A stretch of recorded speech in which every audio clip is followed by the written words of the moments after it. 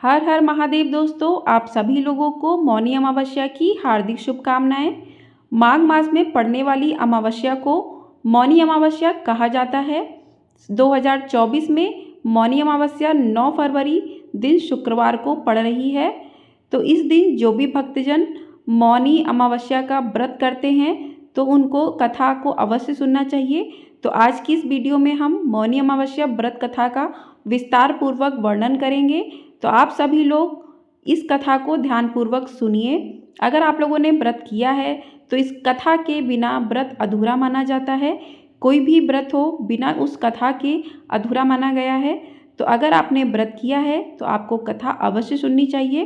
तो चलिए प्रारंभ करते हैं। प्राचीन काल समय की बात है कि कांचीपुरी नामक नगर में देवस्वामी नामक एक ब्राह्मण रहता था। उसकी पत्नी का नाम धनवती और पुत्री का नाम गुणवती था। उसके 7 पुत्र थे। देवस्वामी ने 7 पुत्रों का विवाह करने के पश्चात अपनी पुत्री के विवाह के लिए योग्य वर की तलाशी हेतु अपने बड़े लड़के को बाहर देश भेज दिया। इधर देवस्वामी ने अपनी पुत्री गुणवती की कुंडली एक ज्योतिषी को दिखाई। ज्योतिषी ने गुणवती की कुंडली देखकर कहा कि सप्तपति होते होते ही यह कन्या विधवा हो जाएगी।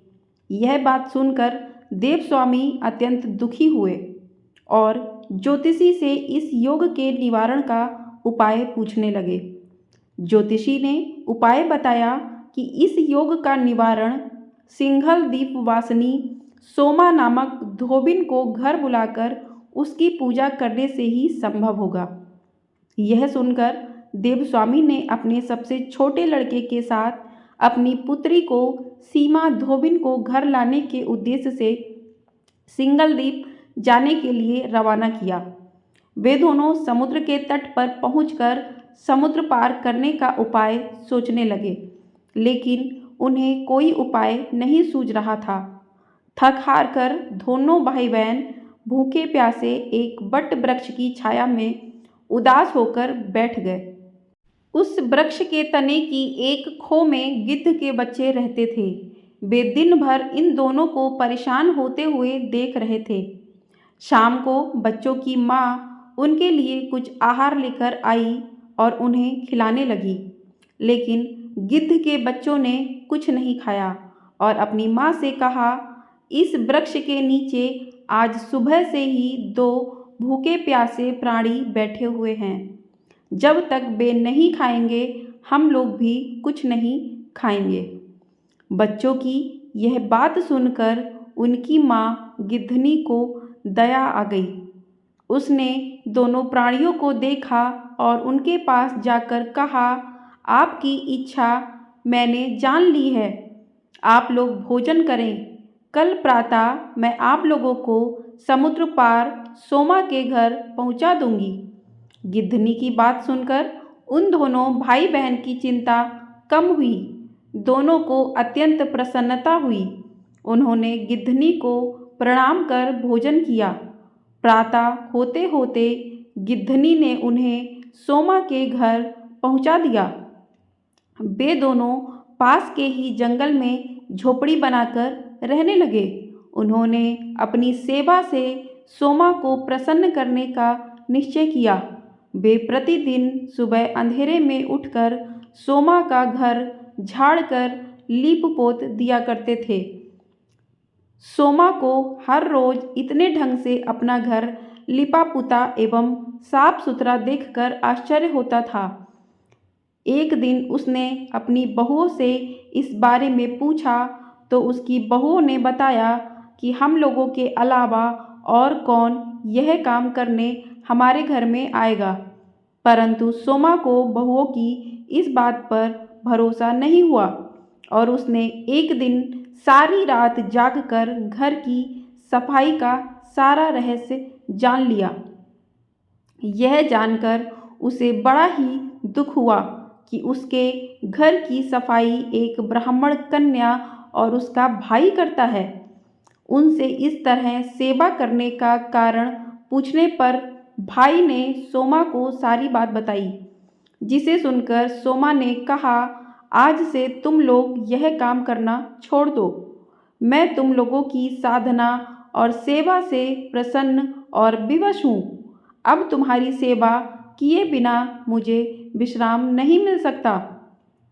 सोमा उनके आग्रह पर दोनों के साथ घर जाने को तैयार हो गई।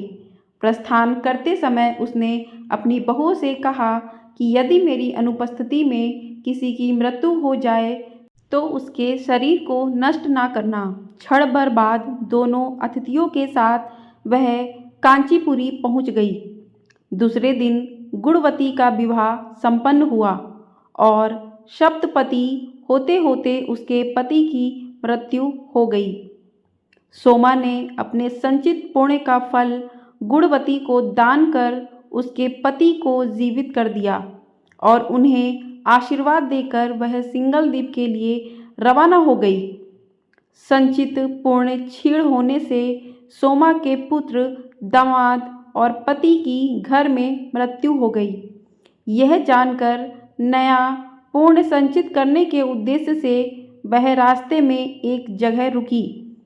नदी के तीर पर स्थित एक पीपल के वृक्ष की छाया में भगवान विष्णु का पूजन किया और पीपल के वृक्ष की 108 परिक्रमाएं की। इतना करना था कि सोमा के पुत्र, दामाद और पति जीवित हो गए और उसका घर धन धान्य से भर गया। इस प्रकार निष्काम भाव से सेवा करने का उत्तम फल सोमा को प्राप्त हुआ। अतः सभी को इस कथा से शिक्षा लेनी चाहिए और यही इस व्रत का लक्ष्य भी है। तो इस प्रकार से मौनी अमावस्या की कथा पूर्ण होती है। आप लोग अगर इस व्रत को करते हैं तो इस कथा को अवश्य सुने। इस कथा को सुनकर ही आपका व्रत पूर्ण होगा। तो इस दिन मौनी अमावस्या के दिन आप सुबह स्नान आदि करके आपको दान करना चाहिए और शिव और विष्णु जी की पूजा करके पीपल के 108 बार परिक्रमा अवश्य करना चाहिए। इससे आप लोगों को हजारों गुना पुण्य की प्राप्ति होती है। कहते हैं कि सारी अमावस्याओं में मौनी अमावस्या का विशेष महत्व होता है। इस दिन पूरे साल का पुण्य मिलता है। अगर इस दिन आप दान आदि करते हैं तो आपको इसका विशेष लाभ प्राप्त होगा। तो इस दिन आप मौन रहकर सुबह जल्दी उठकर स्नान आदि करके दान करें। इस दिन तिल का दान जरूर करना चाहिए और आपको सूर्य को अर्घ्य ज़रूर देना चाहिए। तिल और गुड़ जल में डालकर सूर्य को अर्घ्य ज़रूर दें और इस दिन आप व्रत करते हैं तो इस कथा को अवश्य सुनें।